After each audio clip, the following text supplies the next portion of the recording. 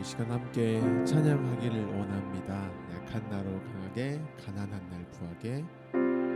약한 나로 강하게, 가난한 날 부하게, 눈먼 날 볼 수 있게 주 내게 행하셨네. 약한 나로 강하게, 가난한 날 부하게, 눈먼 날 볼 수 있게 주 내게 행하셨네. 호산나 호산나 죽임 당한 어린 양. 호산나 호산나 예수 다시 사셨네. 호산나 호산나 죽임 당한 어린 양. 호산나 호산나 예수 다시 사셨네. 내가 건너야 할까, 거기서 내 죄 씻겼네. 이제 주의 사랑이 나를 향해 흐르네. 깊은 강에서 주가 나를 일으키셨네.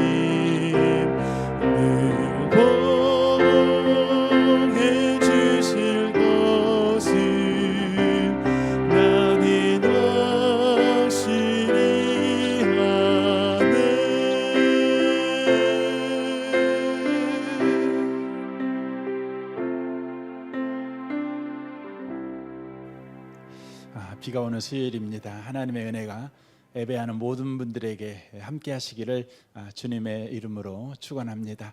우리 함께 기도하겠습니다. 살아계신 하나님 아버지, 오늘 또 예배합니다. 하나님과 말씀을 통한 깊은 만남을 갖기를 원합니다.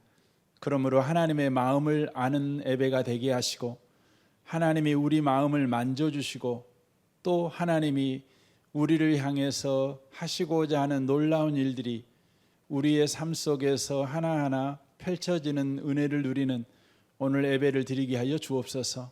다만 의식으로 예배하지 않게 하시고 전심으로 예배하는 시간이 되게 하여 주옵소서. 예수님의 이름으로 기도합니다. 아멘. 하나님 말씀을 보겠습니다. 구약 성경 출애굽기 말씀입니다. 출애굽기입니다. 20장 말씀입니다. 출애굽기 20장 14절 한 절 말씀을 보도록 하겠습니다.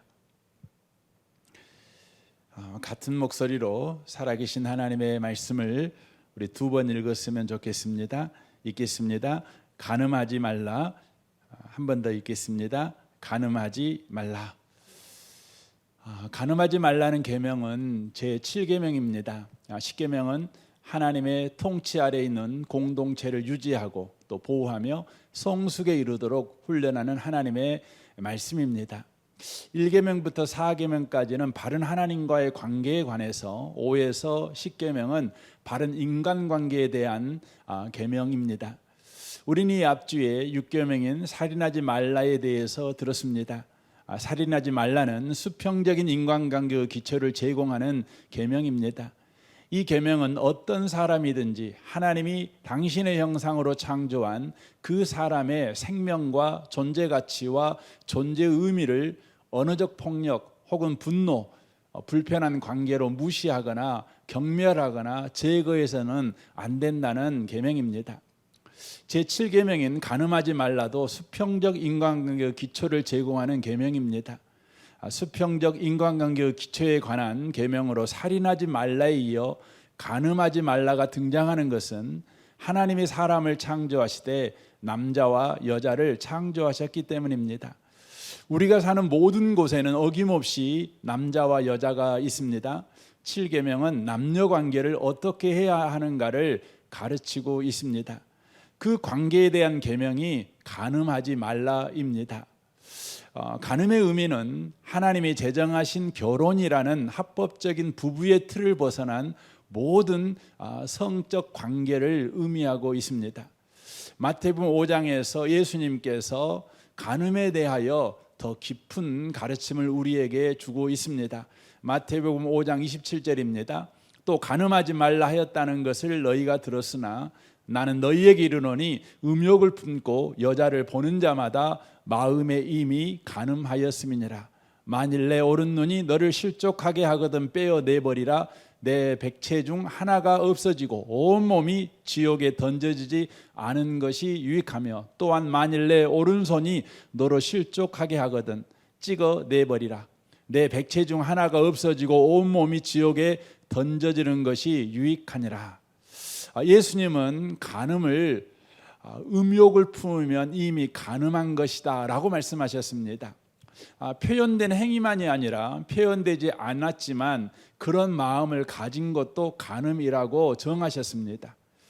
왜 그럴까요? 그 이유는 음욕을 품는다는 것은 상대를 하나님이 창조한 존귀한 인격적 존재로 존중하지 않고 쾌락의 수단의 한 대상으로만 생각하고 있다는 것을 말하고 있기 때문입니다. 우리는 이미 살인하지 말라는 계명을 통해 누군가에게 언어적 폭력을 가하거나 감정적인 폭발을 하거나 미워하거나 경멸하는 것이 살인죄에 해당되는 범죄인 것을 보았습니다. 간음죄도 마찬가지입니다. 이성을 바라볼 때 하나님의 형상을 가진 온전한 인격적인 존재로서가 아니라 부분적인 수단이나 제한적인 목적으로 격화시키는 것이 다 간음죄에 해당하는 범죄 행위라는 것입니다. 이를 위해서는 남자와 여자를 하나님의 형상으로 창조하시고 남자와 여자를 결혼하여 부부가 되게 하신 목적을 바르게 이해해야 합니다. 이를 잘 설명해 주고 있는 애가 되는 말씀이 디모데전서 6장에 나옵니다. 디모데전서 6장 9절입니다. 부하려 하는 자들은 시험과 올무와 여러 가지 어리석고 해로운 욕심에 떨어지나니 곧 사람으로 파멸과 멸망에 빠지게 하는 것이라. 부자가 되는 것이 여러분 뭐가 나쁘겠습니까? 부자가 된다는 건 좋은 일입니다. 여러분 다 부자 되셨으면 좋겠습니다. 그러나 여기서 말씀하려는 부하려 하는 자는 경제적 측면에서 돈을 많이 벌려고 해서는 안 된다는 것을 말씀하는 것이 아니라 돈이면 무엇인지 가능하다고 믿고 돈으로만 할 수 있는 것을 추구하는 삶의 태도와 가치, 목적을 가진 것을 경계하고 있는 말씀입니다. 다시 말하면 돈이면 무엇인지 가능하다고 믿고 돈을 추구하는 삶을 살아가는 자를 의미하는 것입니다. 돈을 전지전능한 하나님으로 믿는 것을 말하는 것입니다. 그래서 성경은 부자가 천국 가기가 낙타가 바늘귀에 들어가는 것만큼 어렵다, 불가능하다 이렇게 말씀합니다. 이는 부자는 천국에 못 간다는 의미가 아닙니다. 반대로 가난해야 천국 간다는 의미도 아닙니다. 여기서 부자는 돈으로 천국도 살 수 있다고 믿는 부자를 지칭하는 것입니다. 여러분 잘 아시지 않습니까? 돈으로 어찌 천국을 살 수가 있겠습니까? 여러분과 제가 기억해야 되는 것은 영원하며 영적인 것은 돈으로 살 수가 없습니다. 돈으로 침대는 살 수는 있지만 꿀잠은 살 수가 없습니다. 잠은 하나님의 바로 부어주시는 복이기 때문입니다. 여러분 돈으로 첨단 무기는 살 수 있지만 전쟁의 승리는 살 수가 없습니다. 전쟁의 승리는 하나님의 주권에 속합니다. 여러분 돈으로 이성을 살 수는 있지요. 하지만 사랑은 살 수는 없습니다. 사랑은 하나님께 속한 것입니다. 돈으로 여러분 최첨단 공장을 살 수는 있지요. 하지만 여러분 사업의 성공은 살 수가 없습니다. 사업의 성공은 하나님의 은혜입니다. 믿음, 소망, 사랑, 인내, 화평, 성령의 9가지 열매, 여러분 이건 돈으로 살 수가 없습니다. 성령께 속한 것이기 때문에 그렇습니다. 전도서 5장 12절에 이렇게 말씀하죠. 노동자는 먹을 것이 많든 적든 단잠을 잘 수 있으나 부자는 재산이 많으므로 이것저것 걱정하다가 잠을 자지 못한다 이렇게 말합니다. 사람은 태어날 때 벌거숭이로 나왔으니 아무 수고하여 얻은 것이라 할지라도 이 세상을 떠날 때는 아무것도 가져가지 못할 것이다. 그 말은 무슨 말입니까? 여러분 살 때는 돈이 여러분 유용할 때가 많습니다. 하지만 죽어버리면 돈은 아무 쓸데가 없다는 것입니다. 이 어찌 슬픈 일이 아니겠는가? 사람은 온 그대로 떠날 수밖에 없으니 바람을 잡으려는 것 같은 수고가 무슨 유익이 있겠는가? 잠언 17장 16절에도 말하지요. 지각 없는 바보가 돈으로 지혜를 사겠다는 것이 얼마나 어리석은 일인가 라고 말합니다. 돈은 하나님이 아닙니다. 돈이 하나님만 하실 수 있는 것까지 할 수 있다고 믿는 것은 여러분 우상 숭배입니다. 하고 싶은 것을 못하는 것은 돈이 부족하기 때문이라고 생각하는 것은 여러분 탐심입니다. 그런 자는 반드시 돈에게 찔림을 받는 배신을 당하게 된다고 성경은 말합니다. 디모데전서 6장 10절입니다. 돈을 사랑함이 일만 악의 뿌리가 되나니 이것을 탐내는 자들은 미혹을 받아 믿음에서 떠나 많은 근심으로써 자기를 찔렀도다. 오직 너 하나님의 사람아 이것들을 피하고 의와 경건과 믿음과 사랑과 인내와 온유를 따르며 믿음의 선한 싸움을 싸우라. 영생을 취하라. 이를 위하여 네가 부르심을 받았고 라고 말합니다. 여러분 돈 많이 버십시오. 그러나 여러분이 돈이 무엇인지 할 수 있다고 믿지는 마십시오. 돈으로 영적인 것을 살 수 있다고 믿지 마십시오. 여러분이 돈을 벌면 벌수록 돈으로 할 수 있는 것이 보이는 것, 또 제한적인 것, 일시적인 것밖에 없구나. 영원한 것은 오직 하나님의 은혜로 내가 받을 수 있구나. 내가 하나님께 나아가야지.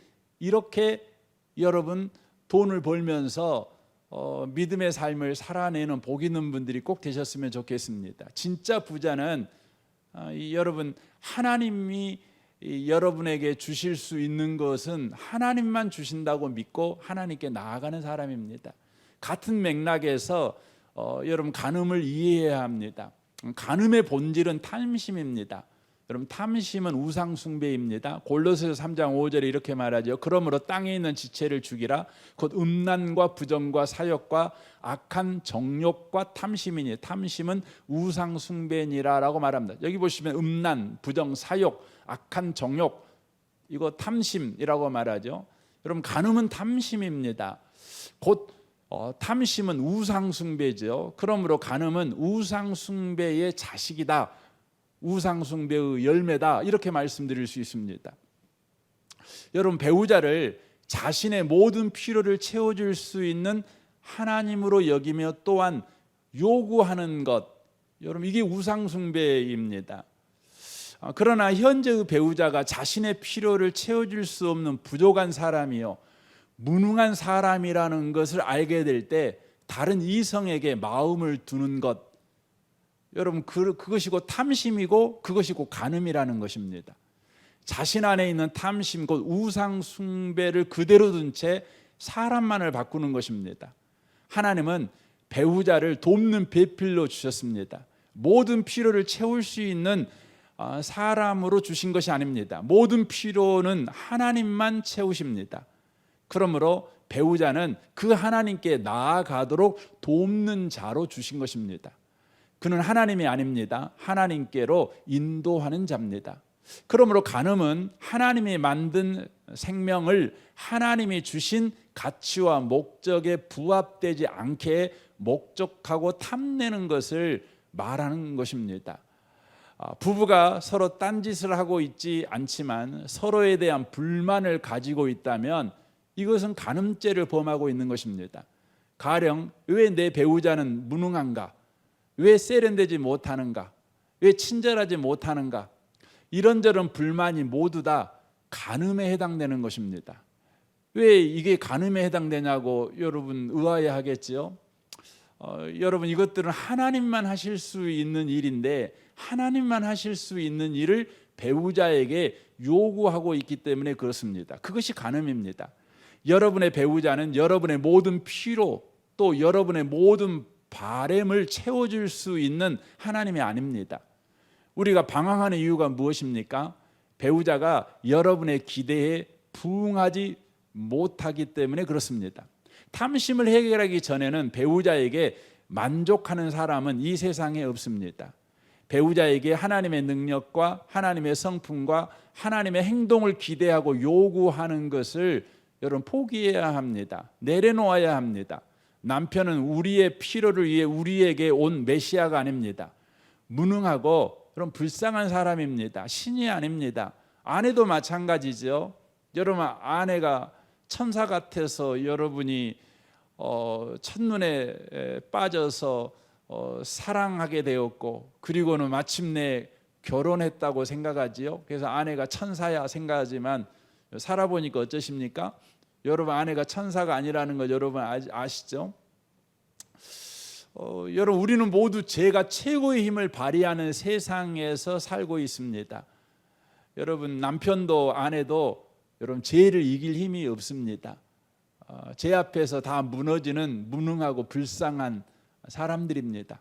부부가 힘을 합해도 여러분 죄를 이길 수가 없습니다.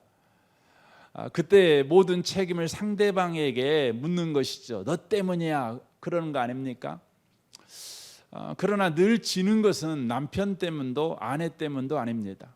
부부싸움은 끝나는 법이 없지요. 한 번 하고 두 번 하고 세 번 하면 고쳐져야 하는 것 아닙니까? 그런데도 반복하는 이유가 무엇입니까? 바로 두 사람에게는 답이 없기 때문입니다. 부부싸움을 칼로 물베기라고 합니다. 칼로 물을 여러분 베보십시오. 무슨 결론이 나옵니까? 문제의 물이 계속 흘러나온다. 그런데 칼질을 계속한다. 여러분 뭡니까? 여러분 그거 정말 허망한 짓입니다. 결론이 안 나오는 것입니다. 왜 그렇습니까? 두 사람에게 답이 없기 때문입니다. 답은 하나님에게만 있습니다. 그러니 두 사람이 합심해서 하나님께 나아가 은혜를 구하는 것입니다. 이것이 하나님이 디자인한 가정이고 간음하지 말라라는 명령에 숨어 있는 본질입니다. 여러분 자신이 간음하지 말아야 되지만 여러분 배우자도 간음하게끔 내몰면 안 된다는 것입니다. 다만 우리가 연약한 존재인 줄 알고 서로에게 하나님 노릇하라고 요구하지 말고 두 사람이 합심해서 하나님께 나아가는 편을 선택해야 된다는 것입니다. 우리는 상대에게 모든 책임을 전가시키는 독한 말을 합니다. 인격을 공격하는 말도 서슴지 않고 합니다. 아주 못난 사람들은 다른 사람 앞에서도 공공연하게 배우자의 흉을 봅니다. 이것은 무례한 일입니다. 아니, 이것은 불신앙입니다. 부부가 만나서 무엇을 해야 하고 왜 부부로 만나게 했는지를 모르기 때문입니다. 부부로 만나 무엇을 할 수 있는지 무엇을 할 수 없는지를 놓치고 살기 때문입니다. 그 이유는 나의 배우자로 준 사람이 어떤 사람인지에 대한 성경적인 이해가 부족하기 때문입니다. 에베소 5장을 보십시오. 20절에 보면 범사에 우리 주 예수 그리스도의 이름으로 항상 아버지 하나님께 감사하며 그리스도를 경외함으로 피차 복종하라. 아내들이여 자기 남편에게 복종하기를 주께 하듯 하라라고 말씀합니다. 25절에 보면 남편들아 아내 사랑하기를 그리스도께서 교회를 사랑하시고 그 교회를 위하여 자신을 주심같이 하라라고 말씀합니다. 이 사랑과 복종의 문제는 상대가 나의 사랑과 복종을 받을 만한 자격과 그럴 만한 태도와 행동, 가치가 있는가에서 결정되는 것이 아닙니다. 주께서 우리를 사랑하실 때 그 사랑은 주님 자신에게 이유와 원인이 있었지 우리가 사랑받을 만한 이유가 있었던 것은 아닙니다. 로마서 5장 8절을 보십시오. 우리가 아직 죄인 되었을 때 그리스도께서 우리를 위하여 죽으심으로 하나님께서 우리에 대한 자기의 사랑을 확증하셨느니라 라고 말합니다. 죄인이라는 말은 우리가 가장 처참하고 비참한 상태일 때를 말하는 것입니다. 희망 제로의 상태, 죽은 시신과 같은 상태를 말하는 것입니다. 그때 하나님이 신적 사랑으로 우리를 찾아온 것입니다. 남편은 여러분 완벽한 사람이 아닙니다. 사랑받을 만한 사람이 아닙니다. 존경받을 만한 사람이 아니고 우리의 황복을 받을 만한 사람이 아닙니다. 아내도 마찬가지입니다. 아내도 사랑받을 만한 사람이 아닙니다. 여러분 아내도 존경받을 만한 사람이 아닙니다. 우리 서로 너무 불쌍한 사람들입니다. 서로를 만족시킬 아무것도 서로에게 없는 사람입니다. 도리어 서로에게 불만을 가질 수밖에 없는 존재들입니다. 그러므로 서로에게 필요를 요구하지 말아야 합니다. 다만 하나님께 구해야 합니다. 우리는 죄를 이길 힘이 없습니다. 이 세상과 싸울 이길 힘이 우리 자신에게 내재되어 있지 않습니다. 우리의 모든 답은 예수 그리스도로 말미암아 부어지는 하나님의 은혜와 사랑에만 있습니다. 이것을 서로 확인해야 하는 것입니다. 부부로 사는 것은 서로를 위해 울어주는 것밖에 여러분 없습니다. 울어서 해결되지 않지요. 화낸다고 대책이 생기는 것도 아닙니다. 그렇다고 울지 않으면 어쩔 것입니까? 울어야지요. 못난 남편, 못난 아내를 보면 여러분 울 수밖에 없는 거죠. 울어야 되는 겁니다. 우리가 할 수 있는 것이 서로를 위해 우는 것밖에 없습니다. 하나님 앞에 여러분 울면 여러분 실패해도 성공해도 여러분 가정 행복하게 살 것입니다. 성경이 이것을 약속합니다. 여러분 성경에 보면 들어가도 복을 받고 나가도 복을 받고 말씀하지 않습니까? 실패해도 복 받고 성공해도 복을 받는다. 여러분 그렇습니다. 그러나 하나님을 모르면 하나님을 애면하고 남편에게 하나님 노릇을 요구하고 남편이 그 요구에 부합되어 살지 못하면 또 다른 사람에게 바로 그런 요구를 하고 그런 사람을 찾아가는 어리석은 자가 된다면 여러분 들어가도 나가도 저주인 것입니다. 이것을 아는 그리스도인으로서 이 신앙을 가지고 우리는 살아가야 되는 것입니다. 배우자는 율법의 기능을 합니다. 율법의 기능이 뭡니까? 갈라디아서 3장 21절부터 보십시오. 그러면 율법이 하나님의 약속들과 반대되는 것이냐? 결코 그럴 수 없느니라. 만일 능히 살게 하는 율법을 주셨더라면 의가 반드시 율법으로 말미암았으리라. 그러나 성경이 모든 것을 제 아래에 가두었으니 이는 예수 그리스도를 믿음으로 말미암는 약속을 믿는 자들에게 주려 함이라. 믿음이 오기 전에 우리는 율법 아래에 매인 바 되고 계시될 믿음의 때까지 갇혔느니라. 이같이 율법이 우리를 그리스도에게로 인도하는 초등교사가 되어 우리로 하여금 믿음으로 말미암아 의롭다함을 얻게 하려 함이라라고 말합니다. 율법은 죄를 깨닫게 하고 그리스도에게 안내하는 안내자에 불과합니다. 율법으로 인해 우리는 스스로 선을 행할 능력이 없고 죄가 우리 밖에 있는 것이 아니라 우리 안에 있다는 것을 우리가 알게 됩니다. 여러분, 배우자의 연약함으로 인해 우리가 얼마나 참을성 없는 사람이요 분노하며 입이 거친 자인지를 알게 되지요. 그래서 저와 여러분은 예수님의 필요성을 인정하게 됩니다. 우리가 배우자에 대해서 가지는 불만들은 배우자에게 시정을 요구하거나 화를 낼 문제가 아니라 하나님께 도움을 구해야 할 문제입니다. 간음은 절망에 찬 인간이 하는 어리석은 자폭입니다. 그러므로 성도 여러분, 간음이 아니라 이제 강구를 하십시오. 배우자의 약함의 해결자로 다른 사람을 찾지 말고 배우자의 약함으로 인하여 하나님께 나아가십시오. 사람은 당신의 만족이 될 수가 없습니다. 사람에게서 만족을 찾고 사람을 하나님으로 여기는 사람은 어떻게 됩니까? 에레미야 17장 5절은 우리에게 이렇게 말씀합니다. 여호와께서 이와 같이 말씀하시느니라. 무릇 사람을 믿으며 육신으로 그의 힘을 삼고 마음이 하나님에게서 떠난 그 사람은 저주를 받을 것이라. 그런 사막의 떨기나무 같아서 좋은 일이 오는 것을 보지 못하고 광야 간조한 곳 건건한 땅 사람이 살지 않는 땅에 살리라 라고 말씀합니다. 그러나 배우자의 연약함을 보고 또 나의 연약함을 보고 둘이 합심하여 하나님을 의지하는 가정이 될 때 그 가정에 어떤 복이 맙니까? 7절부터 보십시오. 그러나 무릇 여호와를 의지하며 여호와를 의뢰하는 그 사람은 복을 받을 것이라. 그는 물가에 심어진 나무가 그 뿌리를 강변에 뻗치고 더위가 올지라도 두려워하지 아니하며 그 입이 청청하며 가무는 해에도 걱정이 없고 결실이 그치지 아니함 같으리라. 만물보다 거짓되고 심히 부패한 것은 마음이라. 여러분, 만물보다 부패하고 심히 거짓된 것이 인간의 마음입니다. 여러분, 남편의 마음이고 여러분 아내의 마음입니다. 그래서 여러분 아내와 여러분 남편을 포기할 겁니까? 아닙니다. 포기하라고 아내가 되고 남편이 되게 하신 것이 아닙니다. 저 사람은 믿을 수 없어. 저 사람은 더 이상 기대할 것이 없어. 그러니 딴 사람 찾아야지. 그러라고 여러분 마음이 부패하고 거짓된 마음을 가진 여러분의 아내와 남편을 여러분에게 주신 것이 아닙니다. 하나님만 믿어야 돼. 둘이 함께 하나님께 나와 라고 우리 하나님께서 우리에게 말씀하시기 위해서 서로 부부가 되게 하신 것입니다. 어거스틴의 고백처럼 하나님 안에서 안식하기 전까지 사람은 안식할 수가 없습니다.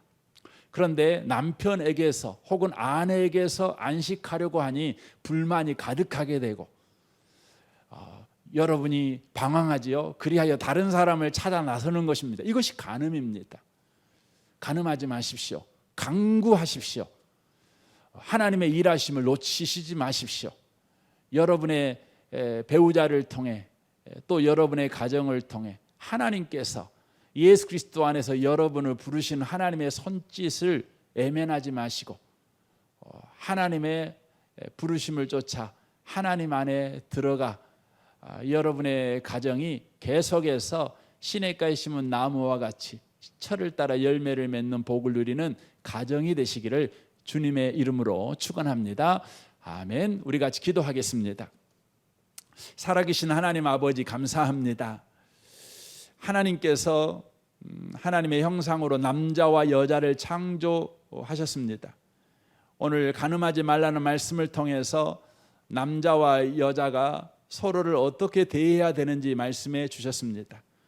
주님, 서로를 존중히 여기게 하시고 귀하게 여기게 하시고 서로를 하나님으로 여기지 아니하고 하나님께 나아가는 안내자들로 서로가 서로에게 역할을 할 수 있도록 주여 도와주옵소서.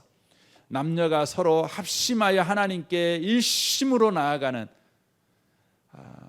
가정들이 되게 하여 주옵소서. 이 세대가 간음이 넘쳐나는 세상에 주님 하나님을 믿는 그리스도인으로서 이제는 강구하는 삶을 살아가는 우리가 되게 하여 주옵소서.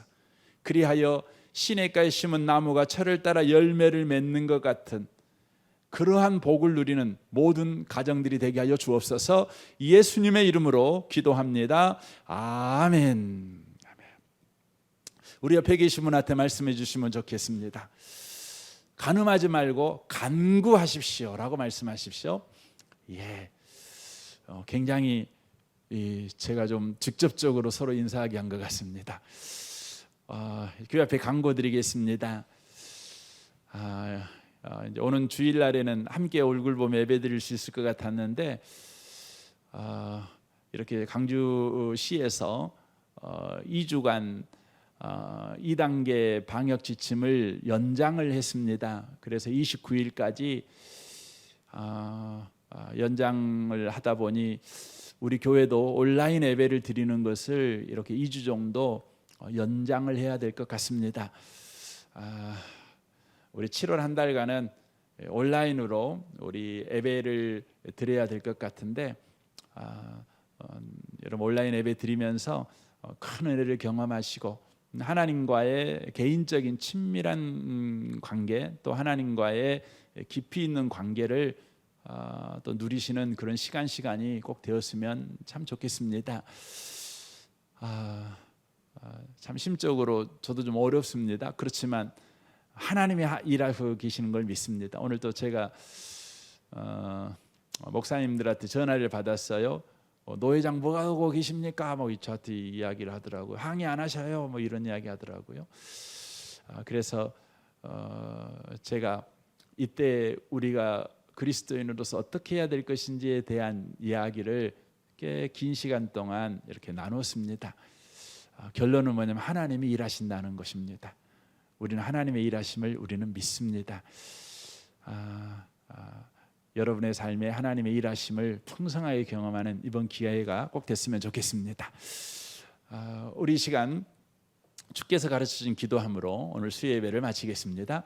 하늘에 계신 우리 아버지여, 이름이 거룩히 여김을 받으시오며 나라의 임하시오며 뜻이 하늘에서 이룬 것 같이 땅에서도 이루어지이다. 오늘날 우리에게 일용할 양식을 주옵시고 우리가 우리에게 죄 지은 자를 사하여 준 것 같이 우리 죄를 사하여 주옵시고 우리를 시험에 들게 하지 마옵시고 다만 악에서 구하옵소서. 대개 나라와 권세와 영광이 아버지께 영원히 있사옵나이다. 아멘.